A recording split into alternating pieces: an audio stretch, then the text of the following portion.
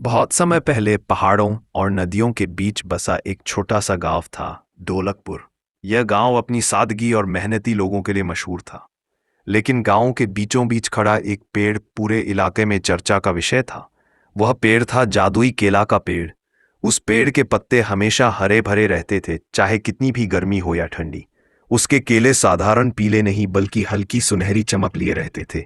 दूर दूर से लोग उस पेड़ को देखने आते, पर डर और सम्मान के कारण कोई बिना वजह उसके पास जाने की हिम्मत नहीं करता।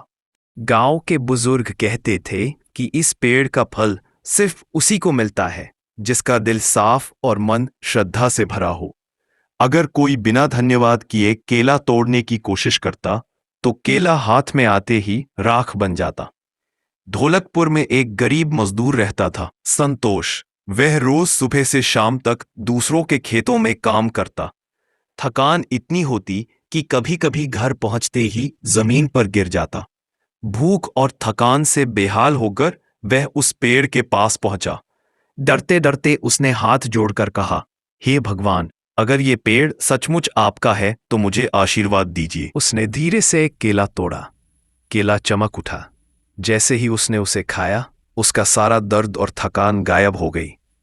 उसके शरीर में ऐसी ताकत भर गई कि उसी दिन उसने 3 गुना काम कर लिया। यह खबर पूरे ढोलकपुर में फैल गई। लोग तरह तरह की बातें करने लगे। कुछ श्रद्धा से पेड़ की पूजा करने लगे तो कुछ लालची हो गए। एक व्यापारी ने सोचा, अगर मैं इस पेड़ के सारे केले तोड़कर बेच दूं तो ढोलकपुर का सबसे अमीर आदमी बन जाऊंगा। वह रात को चुपके से कुल्हाड़ी लेकर पेड़ काटने पहुंचा। जैसे ही उसने कुल्हाड़ी चलाई, वह धुएं में बदल गई। अचानक उसकी आंखों से रोशनी चली गई।